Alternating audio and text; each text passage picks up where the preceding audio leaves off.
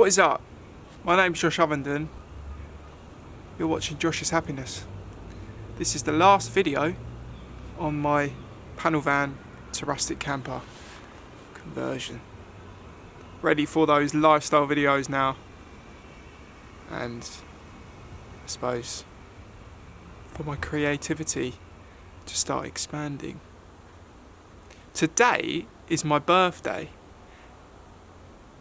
I'm 25 years old. It's the 3rd of June 2017. And that means one thing, and one thing only. Cheap insurance! Ka-ching! I'm now filming in 60 frames a second. Oh, so much better. It's like real life. It's like you're actually here, isn't it? Yeah, no. Anyway, the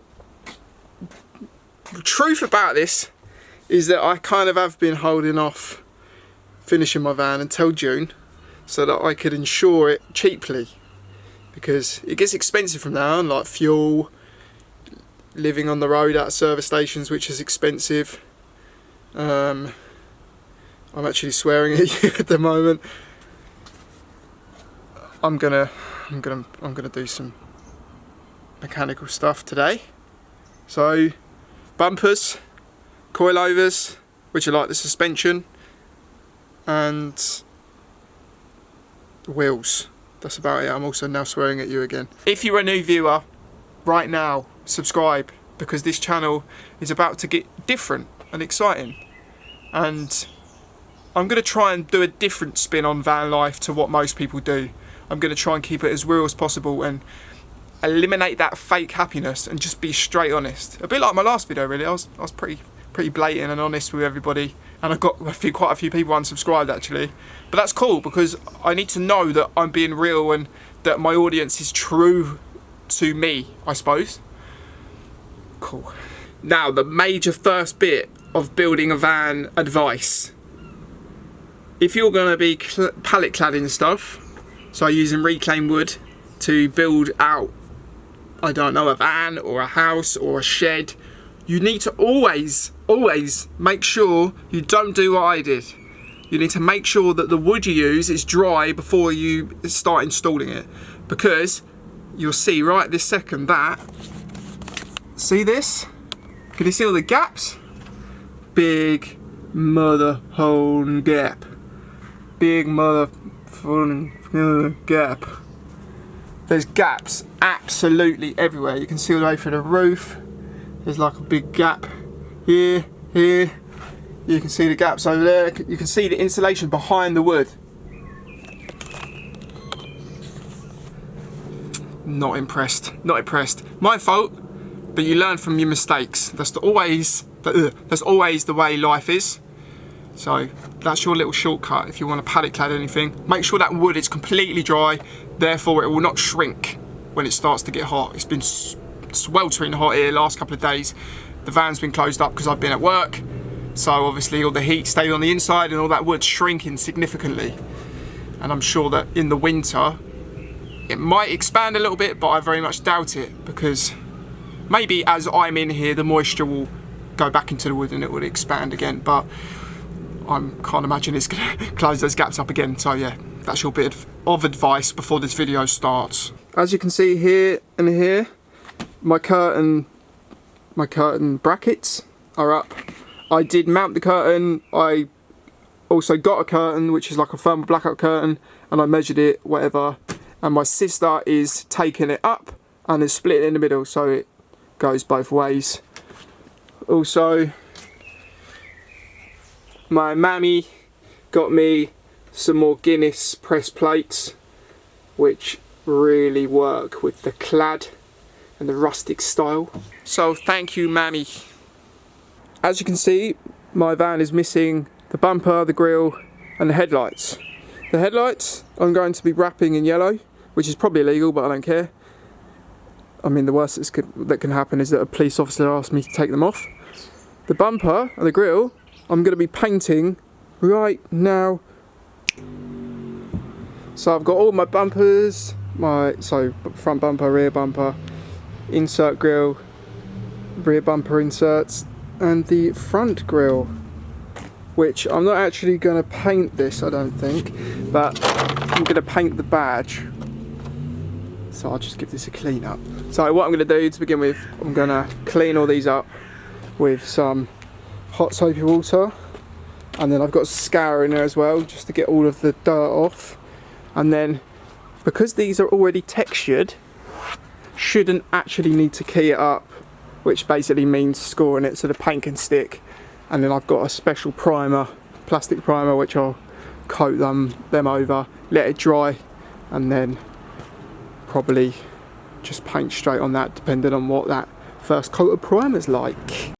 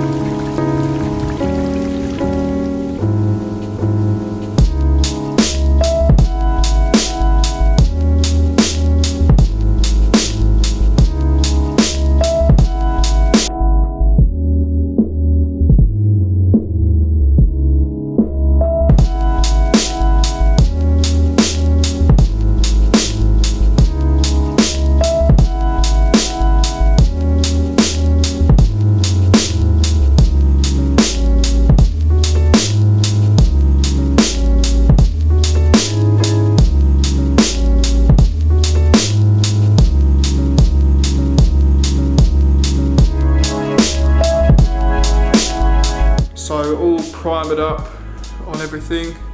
Down here, got this all primered up. Grille, rear bumper, other bits of the grille for the rear bumper and the front bumper. Now the paint I'm going to be using is this stuff. So this is iron lac and this colour is Rorke black. And this is what the boys that I work with, the company I work with, this is what they use to paint all like the buses and the trucks, etc, etc. They have just actually swapped over to a different paint, but this has been a long serving product for them. Never had an issue with it, hence the reason why I bought this. You can get this from Graph City website. It's not like excellent paint, but it's graffiti paint, so it's more durable for different things. It will last a bit longer. And then I've got a lacquer as well. This is a gloss lacquer, so it will make it shine.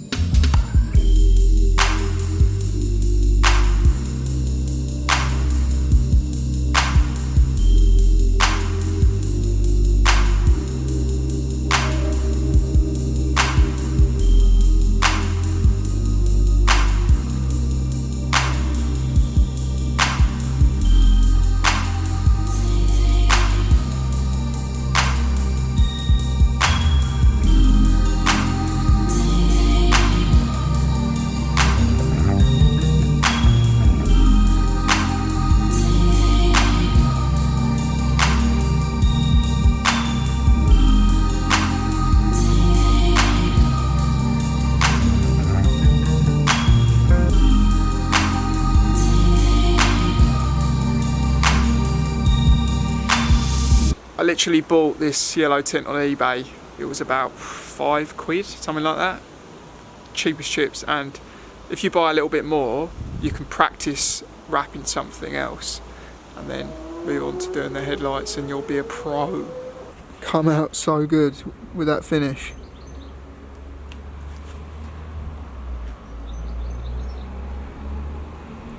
The badge is just like, there's not like one imperfection, it's crazy. And the yellow is just incredible. Not bad for a Sparky, eh? For an electrician. Just perfect, stoked, proper stoked. Right, as you can see, wheels are off. wheels off, what I'm going to do is I'm going to spray all the bolts up and stuff with SAS, which is this stuff, and then that should free everything up for when I do the coilovers, which, you know, I've got 4 days of work now, so it's going to have to be the weekend. So this video would have been up tomorrow, which would have been Tuesday the 5th, I think, but unfortunately it's not going to be up until next week now. Yo homies, the next clip we're going to see is going to be the rear coilovers on my van, the suspension, because the front coilovers that I fitted I filmed on this device here, and I have this habit of deleting stuff I don't really need on my phone, or what I think I don't need. Well, it turns out those video clips were just one of those things. So I'm going to have to jump straight to the rears, and then I think I put the pictures on my Instagram, so go and follow me on there, and I'll insert a little clip now.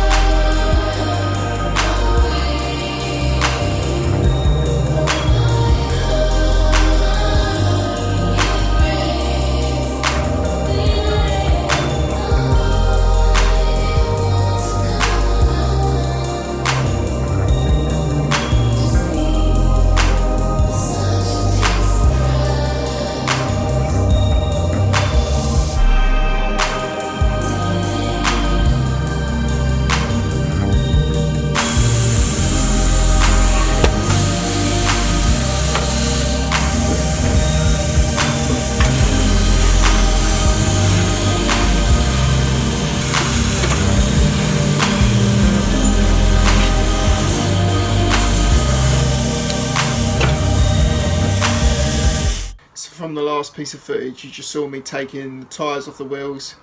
So I've ordered the paint, the extra paint to do my wheels. Now they're going to also be gloss black, same colour Rorke black with a gloss varnish, and then I'll put the white walls, like the removable white walls that you can put on the bead of the tyre on.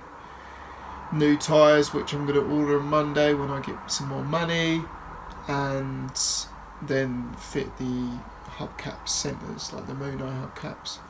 I will put all of that onto Instagram, so make sure you go and follow me, and I'll be uploading that as I do it over like the next week or so. Build wise, that's it for YouTube. My next video for YouTube will be the complete sum up of all the costs through each video. I'll take you through every one and how much it cost me, how much it cost me at each stage of the build, so you can kind of gauge whether you can afford or not to do your own builds. And then after that, it will be like living in the van, so like reducing your stuff to an amount which you can cope with putting into a van, and then like living on the road, how you cope, how you transition over for like laundry, stuff like that. So make sure you stay posted on this channel. Hit that subscribe button if you haven't before. Obviously follow me on all the social medias. They're all in the link in the description. Give that comment a thumbs up and show your mates. Leave me a comment. Sweet. See you on the next video.